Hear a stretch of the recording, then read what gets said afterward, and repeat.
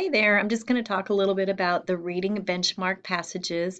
We would like for kindergarten through second grade to give these assessments to your students to find out kind of a reading level. We do have iStation, however, we know from past experience that the iStation levels don't necessarily match up with the reading A to Z levels that we're used to. So we'd like to give these, and it kind of lets us know where they're at. Um, 3, 5, you guys can give these if you want to find out a reading like an A to Z level. Otherwise, you can use your Lexile levels from other assessments that you're giving. All grade levels have access to these binders. Every teacher should have a binder. Kindergarten has just the orange binder, but if you have a student that goes beyond level J, you can borrow a blue binder from first through fifth has the blue binder, and then first, second, and third have both binders. And fourth and fifth, you just have the blue binders. So those are in everybody's classrooms. The dates for this assessment could have begun last week. Some of you may have started this. If not, I would take some time next week to start pulling kids into just small groups and get these done. If you're not sure where to start a student, you can look here at last year's levels. That'll tell you where they left off. Of course, kindergarten, you guys will probably start at level A anyway. And then when you're done, go ahead and add the scores to this spreadsheet so we can keep updating that. And we'll do this beginning, middle, and end of year.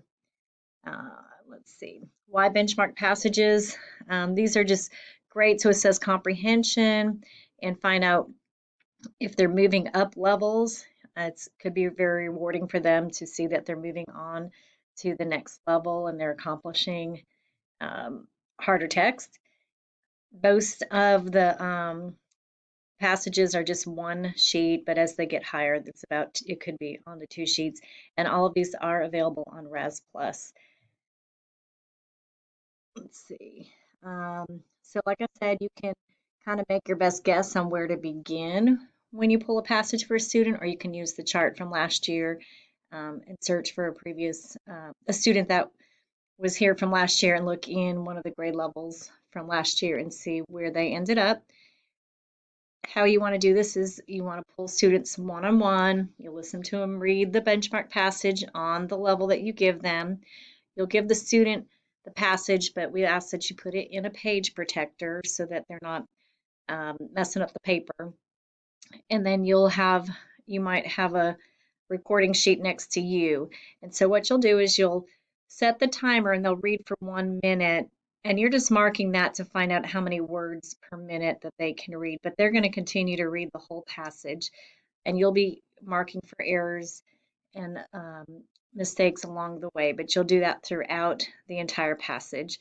And of course, if that passage is too hard, you can stop them and just go down a level. You don't have to sit there and if they're not able to read any of it, back it down and choose a lower level passage.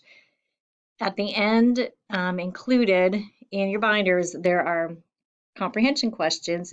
They're multiple choice, but try to ask them orally and just kind of leave them open-ended if possible. So maybe don't read the choices to them. Maybe kind of just ask the question and see if they can come up with the answer. Of course, some of those questions you do have to tweak because it might say, which of the following did the character do? And so you might have to give some choices there. But you guys will be able to come up with some questions that way. But they do have 5 questions that they will need to answer, and then you'll calculate the accuracy of their reading along with the comprehension score. And we'll go over that in another slide.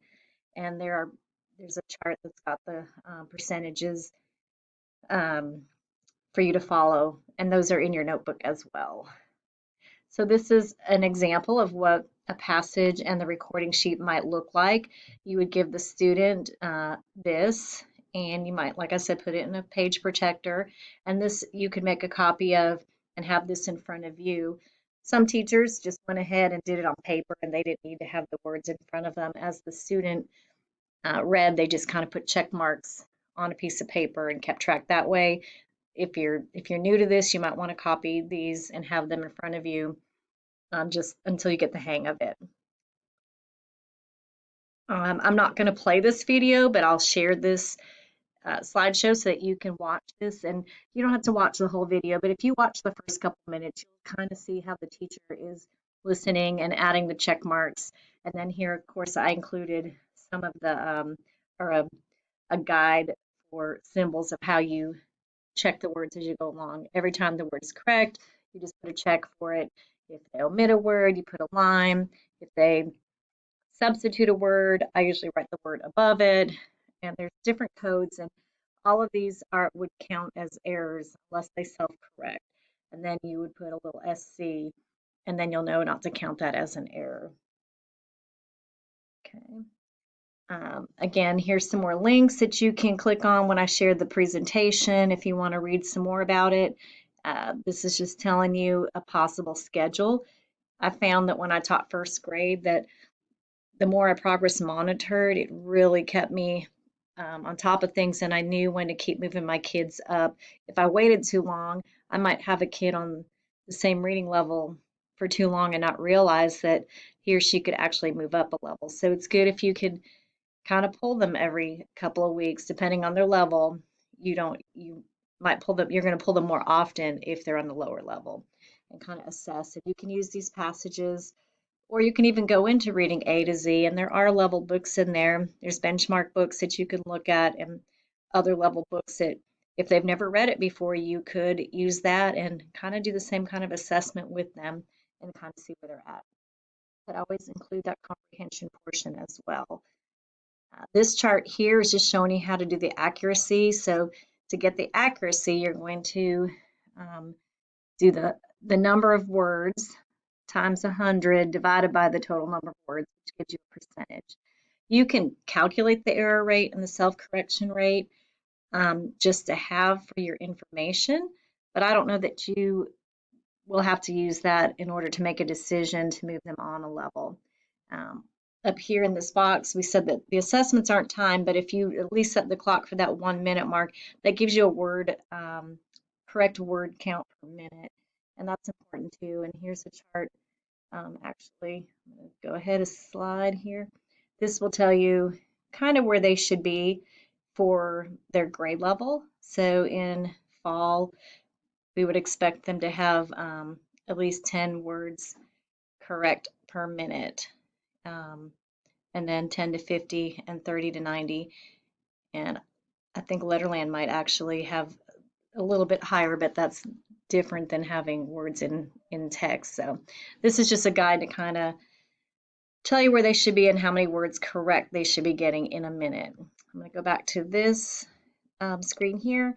So once you've done the running record and you calculate their accuracy, if they have 90%, 95% accuracy and they have 100% of the questions correct, then you would move them up a level. If they have 95% or higher of accuracy, but they only get 4 out of 5 questions correct, which is 80%, then you would keep them on that level. And then if they have 95% and above, but they're getting less than 4 correct, then you probably would move them down. And you can go ahead and follow that chart and move them down the levels or find out where they are exactly at. And I think that's it. So if you have any questions, feel free to reach out or ask someone in your grade level who has done this before. Thanks.